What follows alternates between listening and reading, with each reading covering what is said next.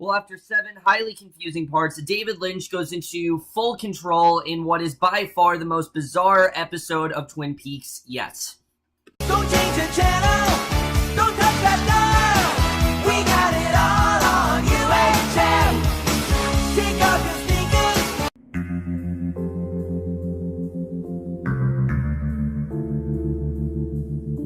Hey guys, it's Kevin Gamon for Twin Peaks The Return, Part 8, and holy shit, I mean, there is a lot to talk about with this episode.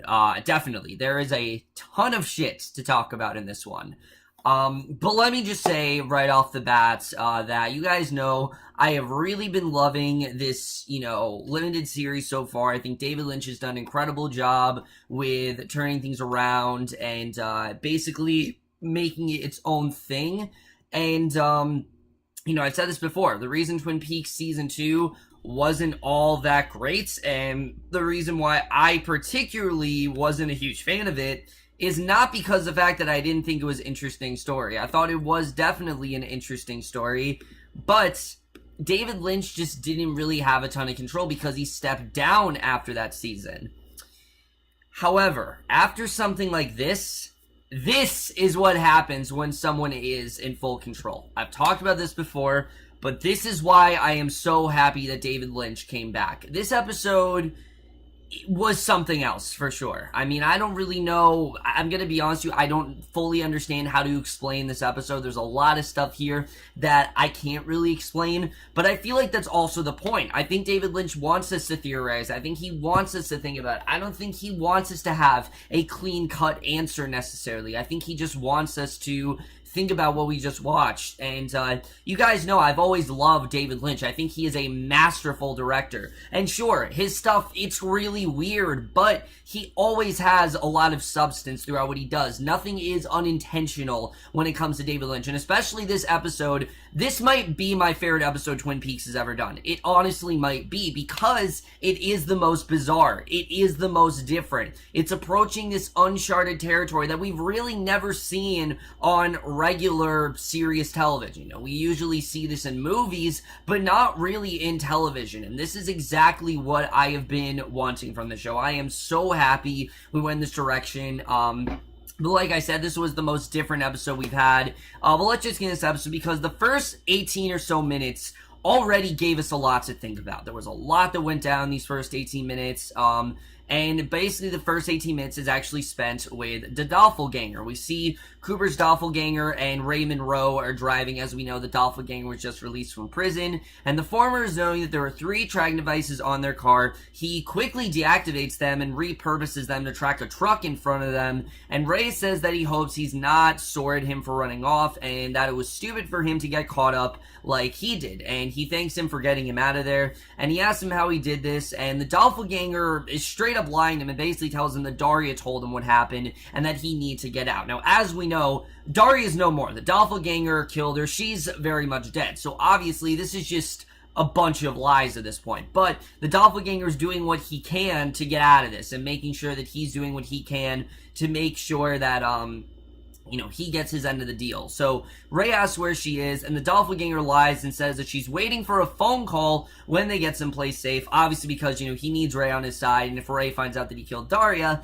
obviously that's not going to end up well for him. So I will say, the Doppelganger is honestly kind of a genius, the way he really is playing all this out, the way he's making Ray think that Daria is alive, the way he's making Ray think that he's on his side, when in reality, he probably is just gonna kill him eventually. So, he says he'd probably want to go to that place they call the farm, and Ray says that that's what he was thinking there, since they're headed in that direction, and he tells him that they're not just gonna walk there, and are bound to be looking for them both soon, and the Doppelganger tells him he has something that he wants, and Ray says that he does. He's got everything memorized from the numbers, but honestly, he thinks it actually might be worth quite a lot of money. He doesn't know if they're actually going to be able to pay for all of it. So they head off the highway to a secluded area, and he pulls over and he tells the Doppelganger that he has to take a leak. But secretly, he is actually going to get his gun ready. And again, this scene was just so well done. I love the way they set this up, because up to this point, we think Ray is pretty much believing the Doppelganger's lies. Everything that he said, it sounded like, he's just kind of planting the seed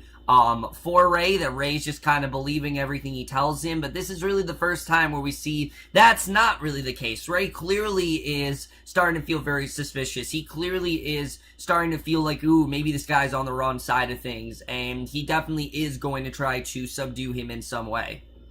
So, while he's there, the Doppelganger's in the glove compartment. He gets his gun ready as well. He knows that, Ray is, he knows that Ray's gonna kill him. He knows very well what Ray's trying to do. Because, again, the Doppelganger is just genius in that way. He knows very well that this isn't just Ray having to take a piss. That's not what's going on here. So, Cooper demands the information, says that it looks like he's out $500,000. Ray says he thinks he's wrong about that, and the Doppelganger attempts to shoot him, but Ray has actually unloaded his gun, and that was such an awesome moment. I love that the Doppelganger finally doesn't win here. Like, it seems like he's not winning. So, basically, Ray has unloaded his gun. He shoots him with his own. He falls down, and he's seemingly dead. And before he can actually shoot him again, because he's going to shoot him one more time just to make sure he's dead, he sees these 6 dark men gather around the Doppelganger's body. Now, who these are, I don't really know, but I'm pretty sure they're from the Black Lodge. That's at least what I got from this. And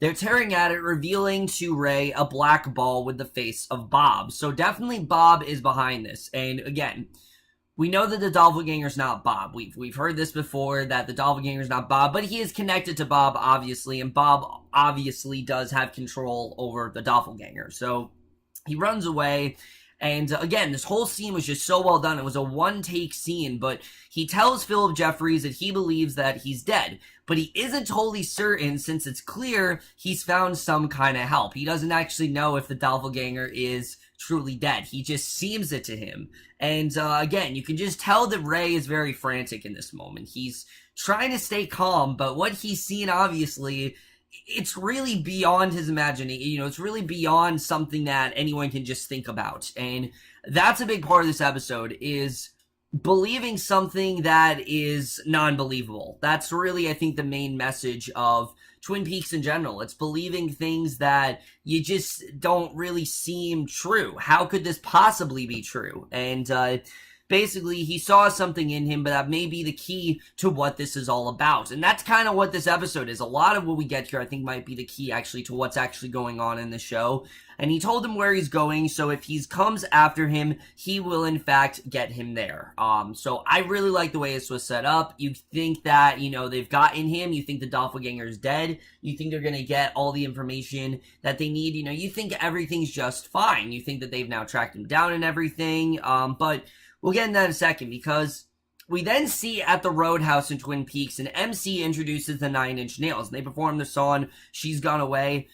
The second we saw them, like, alright, this is going to be a really different kind of episode, because usually we don't see this till the end of the episode, and I haven't been fond of it. I'm not gonna lie, you guys, I have not been fond of the musical outros. I think it's just a weird way to end each episode.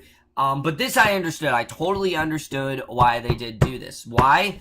Because of the fact that we're going into uncharted territory. We know whatever's coming up next, it's going to be something very different. And the fact that we didn't see Shelly, we didn't see Dougie, we didn't see any development with any plot in this episode except for the Doppelganger, was just really ballsy. And right when it seems like Ray finally does have him, he has all that information together, it seems like he's now realized what's actually going on here, Cooper's Doppelganger actually sits up alive and well, so somehow these 6 men that went after him were able to bring him back to life somehow. We don't exactly know how they're able to do that, but it shows very well that this is far from over. I mean, Ray may think that he has all the information that he needs. He thinks that he has everything down pat, but we see very quickly that that is not the case. There's clearly a lot more going on with the Doppelganger than we think. There's still a lot more that we don't know about him, and I can't wait to get into more of that very soon. I don't exactly know what his whole deal is, what those dark figures are all about, but there's clearly something about him that, again, is kind of beyond our, even the most twisted of, theories. I think definitely there's a lot more going on with the Doppelganger than we think, and I think we're going to find out what that is very soon. And that's basically it. I mean, that's all we see of the present day. And I'm going to be completely honest with you guys. The rest of this episode is an absolute visceral masterpiece. It is. Everything about this episode, everything about the rest of this is incredible. It is some of the best stuff we've ever seen in this show. But I don't really understand it. I'm gonna be completely honest with you. I don't understand a lot of this last half, and I don't really know how to explain it. And I pray with you guys to stay with me. Try to stay with me if you can.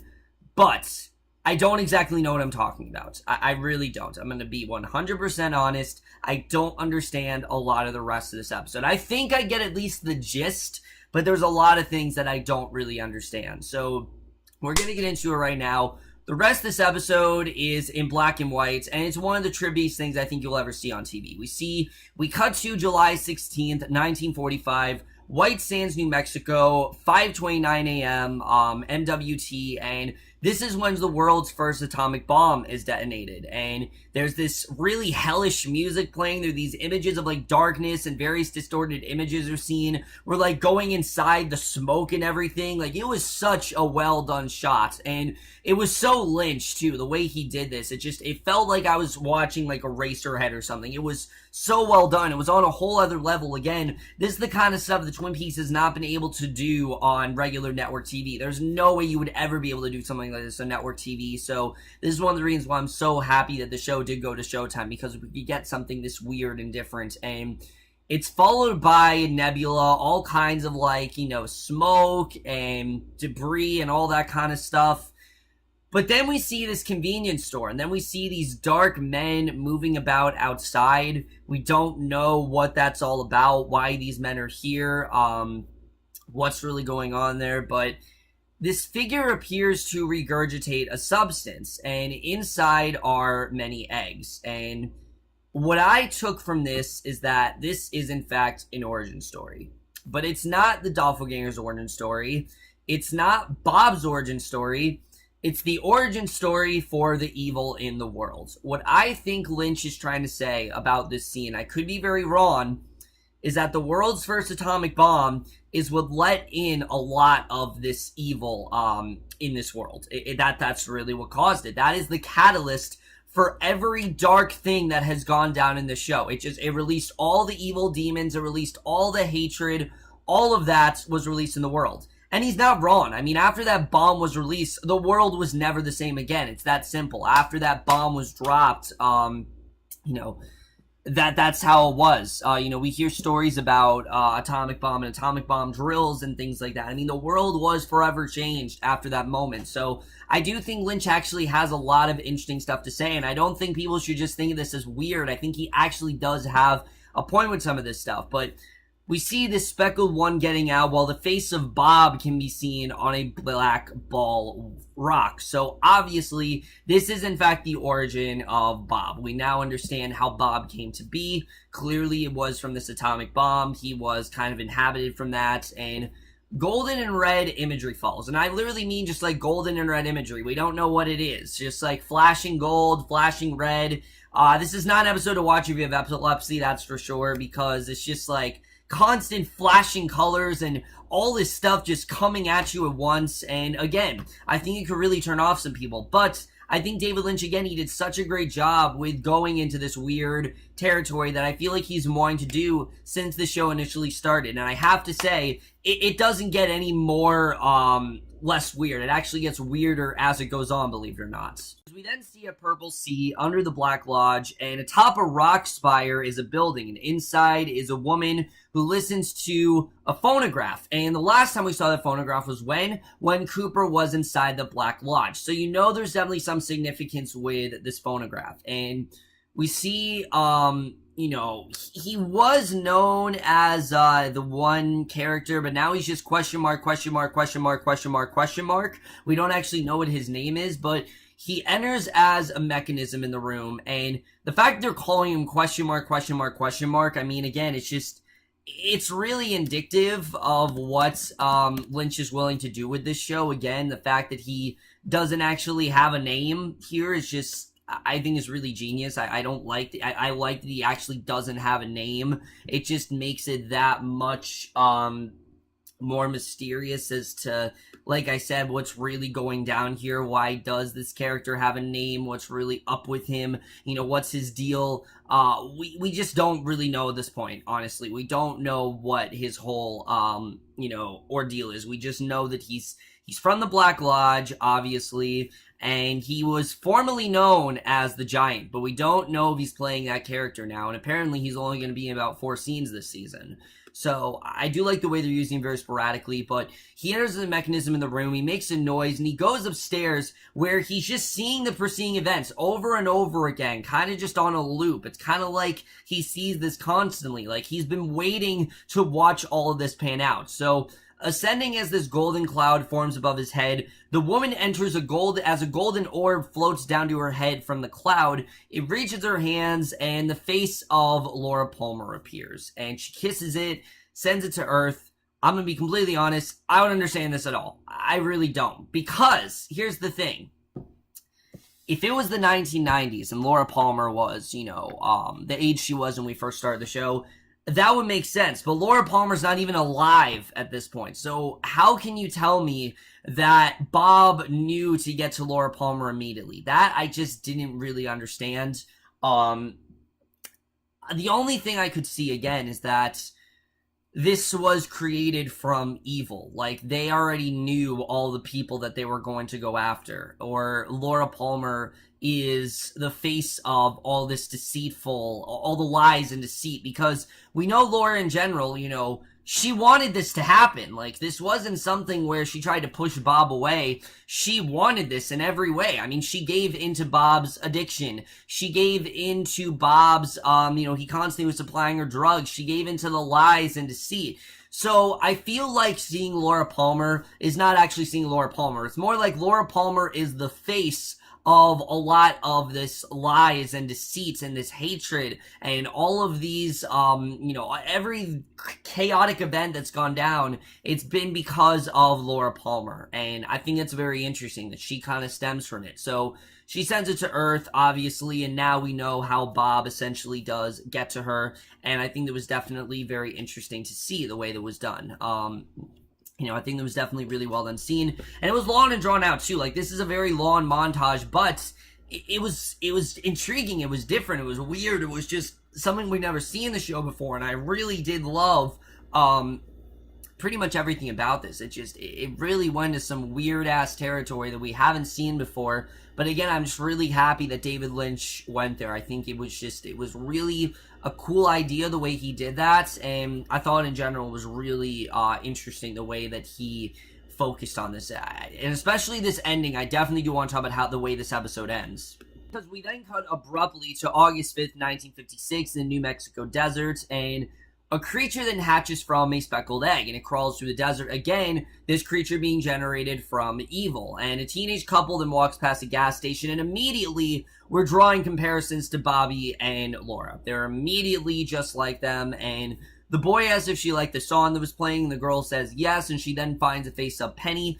which of course means good luck, and, she sees this as a good luck sign, but the boy says that he hopes that that's the case, and we then see a woodsman, who we saw him in the last episode. We've been seeing this dark figure throughout the last few episodes. Well, we see him again here. This is probably the first time he was around. He's descending onto the ground with another dark man, and they stop a car, and the former is asking the driver, got a light. He asks him if he's got a light, and the couple in the car becomes frightened. They speed away, so you know very well that this guy is not to be trusted, but the young couple reaches the girl's home. She asks him if he lives by the school, and he asks how she knew that, and she says that she just did, and says that she thought that he was going with this girl, Mary, but he lets her know that that's long over. They're not together anymore, and again, you're immediately drawing comparisons to Bobby and Laura, how he never really liked Laura, and how he was going with Shelly, and how him and Shelly had a thing. I immediately was thinking of that, and she asks if he's sad about it, and he says no, and she tells him that's a good thing, and they reach her house, and she tells him it was really nice of him to walk her home. They share a kiss before she goes inside, and we then see the woodsman appears, and we get this incredible montage where he goes up to the New Mexico's wife, puts his hand on her head, literally crushes her skull. We see blood pouring out and everything. It's just this is the Lynchian horror goodness that we've been waiting for. I mean, this is the kind of stuff that, again, he would not have been able to get away with in network television. There's no way ABC would have let him do something like this. And this is the kind of stuff that I really do love from David Lynch. It reminded me why I admire him so much as a director, is because of stuff like this. I mean, he really just does some really weird stuff, but again, he's saying a lot here, that this is a woman who has no control over her inner demons. Her inner demons are getting the best of her, and he goes up to her husband and does the same thing, and then he approaches KBJK radio station, and he goes inside and he kills the receptionist, and he does the same thing. And he then goes to the disc jockey, he grabs him tightly by the head, and repeatedly broadcasts these words. And the way this was done made it feel less like he was talking to these characters and more as if he was talking to the audience as a whole. Because we see the rest of the episode, we hear him say, "This is the water, this is the well, drink full and descend. The horse is the white of the eyes and dark within," which we see this fantastic, the way they did this was fantastic. We saw these characters that were seemingly completely unconnected. This Pop's Diner receptionist, this mechanic, and the girl we just followed. We saw them all just kind of going about their daily lives. All three of them end up falling unconscious, and we don't know what that all means, but meanwhile, the creature actually reaches the girl's mouth. It climbs into her mouth, and I'm assuming that she then inhabited Bob. Like, that's kind of how Bob got to her. But the woodsman then ends his broadcast. He crushes the disc jockey's skull, and then he leaves very quickly because, you know, he's gotten the people that he's needed to unconscious. He's done what he's needed to do, and he leaves while the neigh of a horse can be heard. So I'm assuming that he left on that horse, and that is the way that this really strange part ends. But let's just get into this and really what this all does mean, because holy shit. So yeah, there's quite a lot to talk about here. This was something else. Like I said, I mean, this is just the kind of stuff that Lynch needs to be doing. It really reminded me why I admire him so much as a director, because he just goes into this really weird place in your mind. There's parts of your mind that you're afraid of. You don't want people to see. That's what he really does. He accesses this weird part of your brain, and he did this so well with this part here. But again, what does it all mean? I don't fucking know. I don't. I don't know what it all means. What I think he's trying to show is that the atomic bomb was the catalyst that kind of brought all the evil into the world. This is why Bob was allowed in the world. This is why the Doppelganger, you know, creatures like that, that is why they're able to roam around the world of Twin Peaks that we know and love today. That is why we do have all these creatures free, basically, because of that atomic bomb. And if that's where they're going with this, it makes a lot of sense. It really does, actually.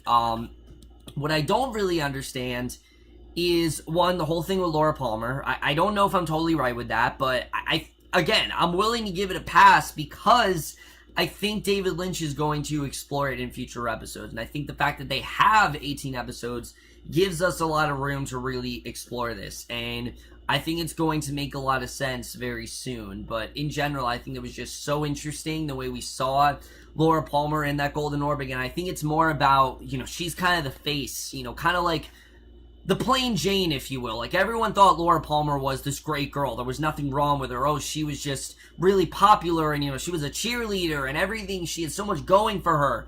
I think that's who Bob targets. I don't think he targets people that are in misery. I think he targets people that seem to have their shit together, but in reality are in pain. I think that's really what this is all about, is that they're targeting people who are good looking and actually do have a lot going for them. And I think that's why he targeted this girl, because this girl was kind of going through a similar situation where this guy, clearly that she was with, was cheating on her and was with someone else, and she was happy about it, obviously. But I do think that girl is going to make a connection at some point. I don't know what that's exactly about. Some people have made the connection that she's Cooper's mother, which I don't really understand that at all. There's no way. She was only like 16 in the 1950s.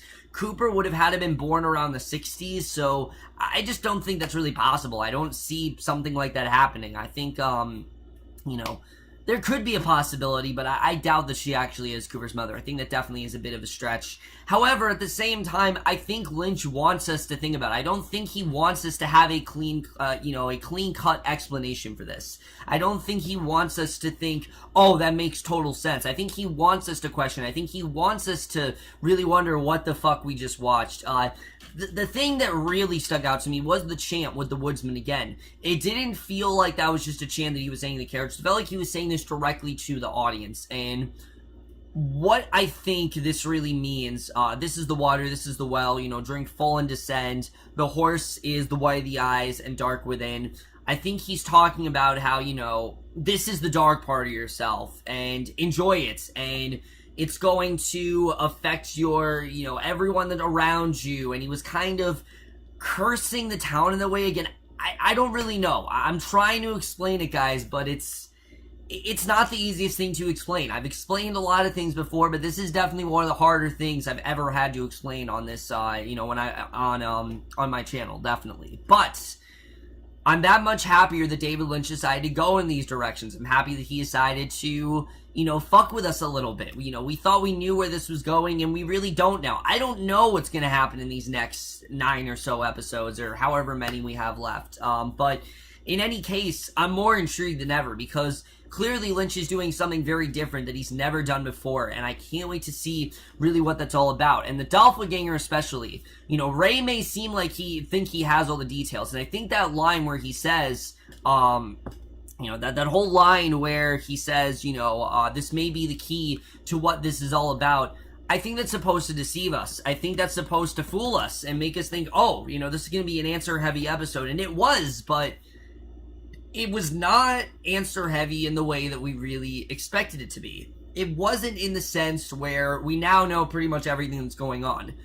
We do have an idea of what's happening, but we have like a million other questions that we just didn't really have before. And again, that's something that Lynch is a master at doing. He's always been good at subduing audience expectations. He's always been good at confusing people, and I think that's what he was trying to do here. I don't think he just wanted to fuck with us necessarily, but I do think that Lynch was trying to do something really different, and I have to applaud him for that. And while there are so many things in this episode that I think I understand, there are some things that I just don't understand what they mean. Like, what are all the random colors about? I mean, there's clearly something different that Lynch is doing with color palettes here, and it's insane what he did with that. There's been the convenience store. I don't know what the fuck that means. It was cool. I don't know what it means though. Something like the men around the Doppelganger. What's that all about? I mean, there's so many different levels of weird that Lynch went here, and I really do applaud him for doing that. It wasn't style over substance at all. It actually makes a lot of sense when you really think about it. And again, I don't think Lynch wants you to have to draw conclusions. This is not a show where they want you to draw conclusions. Sure, it's a mystery, but it's a different kind of mystery. It's not a mystery in the sense of how Westworld was a mystery or how Legion was a mystery. It's more a mystery in the sense of, being in a state of confusion and believing something that is just hard to explain. I mean, that's what this show is. It's just, there's a lot of things here that are just unexplainable. And the great unknown, once again, we fear the great unknown, and I think that's a big part of this show as well, and I think that's a lot of really what went into this episode as a whole. Just the fact he was able to put this on TV is incredible.